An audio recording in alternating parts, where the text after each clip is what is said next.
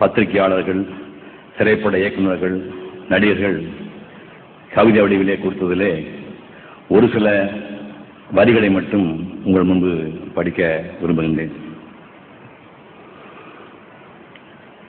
தாய்முலைதனை இழந்தது ஒரு நாள், பேய்வதை முகாம் திறந்தது மறுநாள்.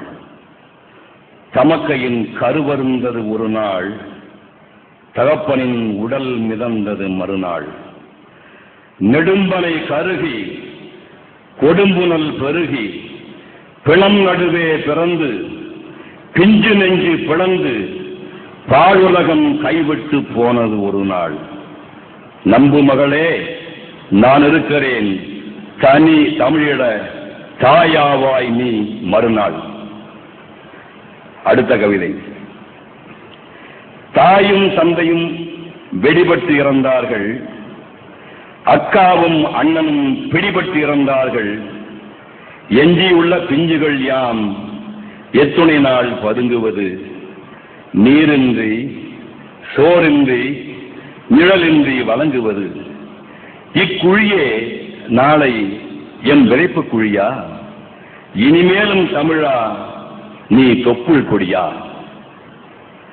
அடுத்த கவிதை. உலகத்தின் கடைசி மனிதனும் கைவிட்ட அவலத்தின் சாட்சியாக ஈழத் தமிழர்களின் பிணங்கள். மனசு ரணமாகி கண்கள் குளமாகி நிற்கிறோம். ஏதும் செய்ய முடியாத இயலாமை நினைத்து அவமானம் பெருகுகிறது. உயிர் சுமப்பதை விட நினைவுகளின் வலி சுமப்பது துன்பமாக இருக்கிறது. இருக்கிறவர்களை விட இறந்தவர்கள் பாக்கியசாலிகள். உன் வீட்டில் பூச்செடிகள் இருக்கின்றனவா? பூனைகள் இருக்கின்றனவா? புறாக்கள் இருக்கின்றனவா? பார்ப்பதும் கேட்பதுமாய் நுழைந்தாள் சிறுமி. உன் வீட்டில் அப்பா அம்மா இருக்கிறார்களா என்று கேட்டபோது வெள்ளமாய் பெருக்கிழத்தது கண்ணீர். அடுத்த கவிதை. இது என் கடைசி அழுகை. இனிமேல் நான் சிரிக்கவே முடியாது. இது என் கடைசி புகைப்படம். இன்னொரு முறை நீங்கள் என்னை பார்க்க போவதில்லை.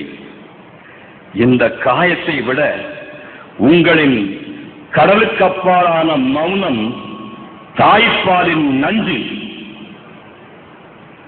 அலைந்த ஊதுவத்தியில் மரண வாசனை நுகரும் மகள், புகை மண்டலத்தில் கருகிய பூ, ஆணி வேரை தேடும் அவலம். பிறந்த மண்ணிலேயே பிச்சை எடுப்பது தமிழ் சாதிக்கு மட்டுமே. மண் சுமக்கும் உடல்களில் காயம் சுமந்த முறைகள் பெண் என்றும், கனல் சுமந்த கண்கள் ஆண் என்றும் அடையாளம் காண்பாய்.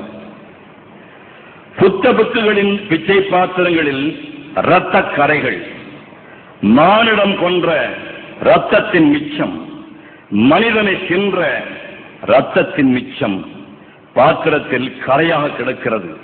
இதை எத்தனை சமுத்திரத்தின் தண்ணீரால் கழுவப் போகிறார்கள்? மௌனம் என்பது ஊமையாகி போன தருணம் மட்டுமல்ல, நாம் கோழையாகி போன தருணமும் தான். 8 கோடி தமிழினம் சாட்சியாக எழுதப்பட்டது சரித்திரம். எமக்கு இறுதியில் கிடைத்தது இறப்பதற்கான சுதந்திரம். எதுவுமில்லை என்ற நிலை எமக்கில்லை. இருக்கின்றன எம்மிடம் கழிவு ஒழுகும் ரணங்கள், கழுகு சொத்த பிணங்கள், சவமாய் வாழும் சனங்கள். உங்கள் குழந்தைகளிடம் சொல்லுங்கள், அவர்கள் படித்துக் கொண்டிருக்கும் வரலாற்றை எங்கள் குழந்தைகள் கடந்தும் இறந்தும் தெரிந்து கொண்டிருப்பதை பற்றி.